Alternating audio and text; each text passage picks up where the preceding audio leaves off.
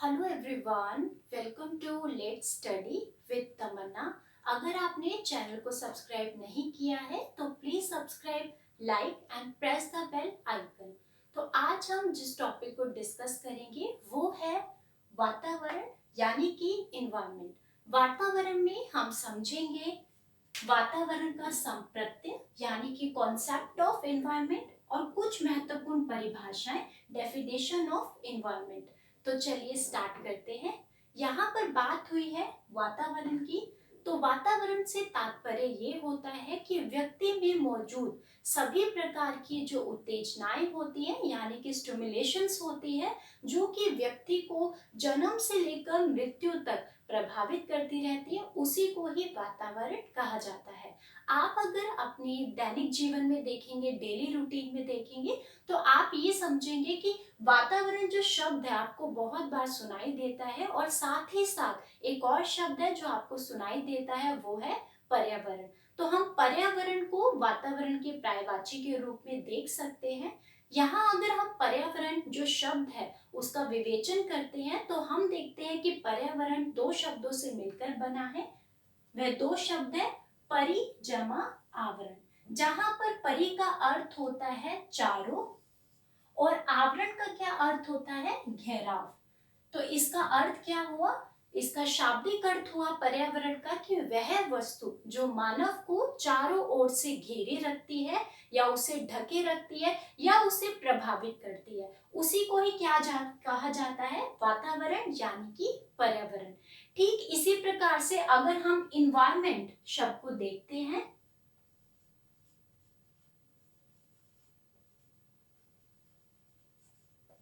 तो ये भी दो शब्दों से मिलकर बना है, इन जिसका अर्थ होता है ऊपर, और वायरमेंट यानी कि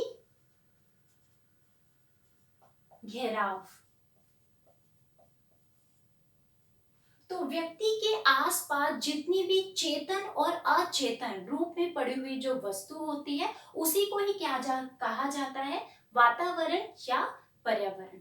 तो आपने ये समझा कि वातावरण या पर्यावरण क्या है, इसमें वो सभी तत्व शामिल होते हैं, सभी वस्तुएं शामिल होती है जो कि व्यक्ति को घेरे रखती है, साथ ही साथ व्यक्ति को बहुत ही ज्यादा प्रभावित करती है। तो यहाँ पर आपने इतनी बात तो समझ ली है कि इन्वायरमेंट क्या होता है। अब हमें ये समझना जरूरी है कि संसार में जितनी भी वस्तुएं हैं जिन्हें कि हम देख रहे हैं वो पूरी तरह से पर्यावरण से प्रभावित होती है। अगर आपका पर्यावरण अनुकूल है, अच्छा है, तो वस्तु का जो वृद्धि होती है या उसका जो विकास होता है वो भी बहुत ही अनुकूल दिशा में आगे होता है। और अगर पर्यावरण प्रतिकूल है तो एक व्यक्ति का जो विकास है या वस्तु का जो विकास है वो भी पूरी तरह से अवरुद्ध हो जाता है यानी कि खराब हो जाता है।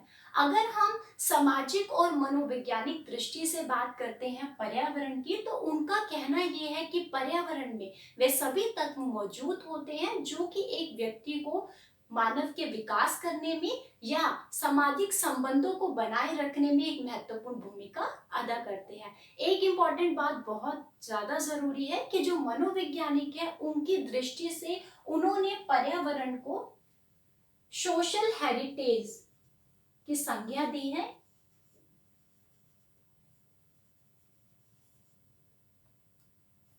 यानी कि सामाजिक विरासत का है किसे, पर्यावरण को किसने, मनोवैज्ञानिकों ने।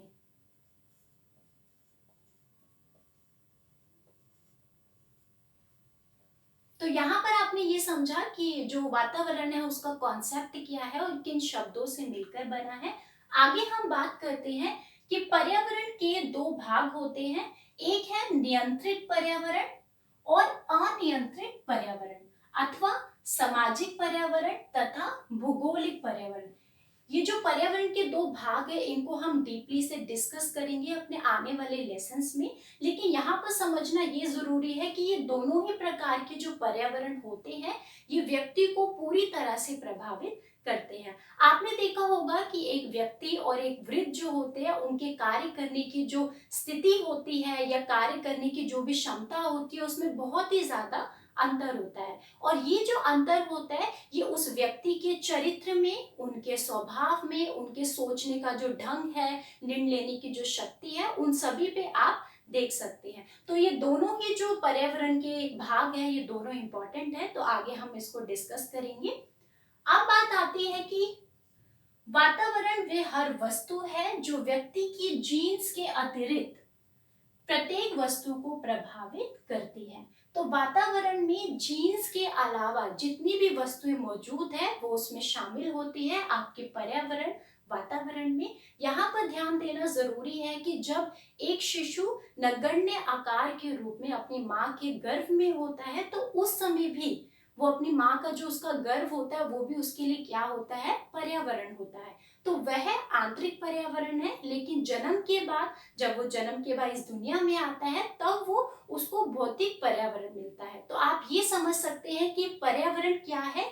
पर्यावरण में सभी तत्व आते हैं, सभी वस्तुएं आती है जो कि एक व्यक्ति को जन्म से लेकर जीवन प्रयत्न तक पूरी तरह से प्रभावित करती हैं। तो माँ का जो गर्भ होता है वो बच्चों के लिए क्या होता है, आंतरिक पर्यावरण होता है। तो जीन्स के अलावा जितनी भी वस्तुएं होती है, जीन्स यानी कि आपके पितृ, उनके अलावा जितनी भी वस्तुएं होती है वह सब पर्यावरण में शामिल होती हैं।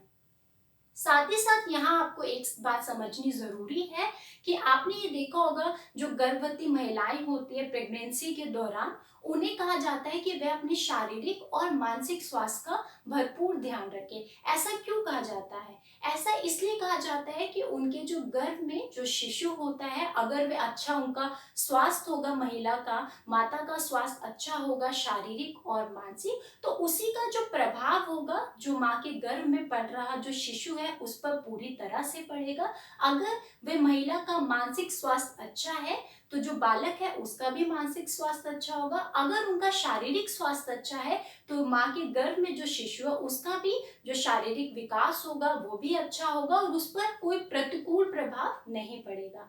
तो आपने ये समझा है कि पर्यावरण एक तो माँ का गर्भ है वो भी एक आंतरिक पर्यावरण है, लेकिन इसके साथ साथ जीवन की कई ऐसी घटनाएं होती है वो भी पर्यावरण में ही शामिल होती है जो कि बच्चे के विकास को पूरी तरह से प्रभावित करती है। कई आपने देखा होगा परिवारों में भी हम बच्चों के साथ अच्छा व्यवहार जब करते हैं तो उनकी वृद्धि और विकास बहुत ही तीव्र गति से आगे बढ़ते हैं। उनके जो संवेग होते हैं, उनकी जो भावनाएं होती है वो सही प्रकार से व्यक्त कर पाते हैं। तो उसका पर्यावरण का जो प्रभाव है उन पे हमें देखने को मिलता है। लेकिन कई बार आपने देखा होगा कि छोटी सी अवस्था में माता की मृत्यु हो जाती है तो उस बालक से अगर आप ये उम्मीद करते हैं कि उसका सर्वांगीण विकास हो यानी कि ओवरऑल डेवलपमेंट हो, तो ऐसा नहीं हो सकता। तो जीवन की जितनी घटनाएं होती हैं, जितने भी इंसिडेंट्स हो जाते हैं, एक्सीडेंट्स हो जाते हैं, वो सभी बालक की जो विकास है उसको पूरी तरह से प्रभावित करते हैं।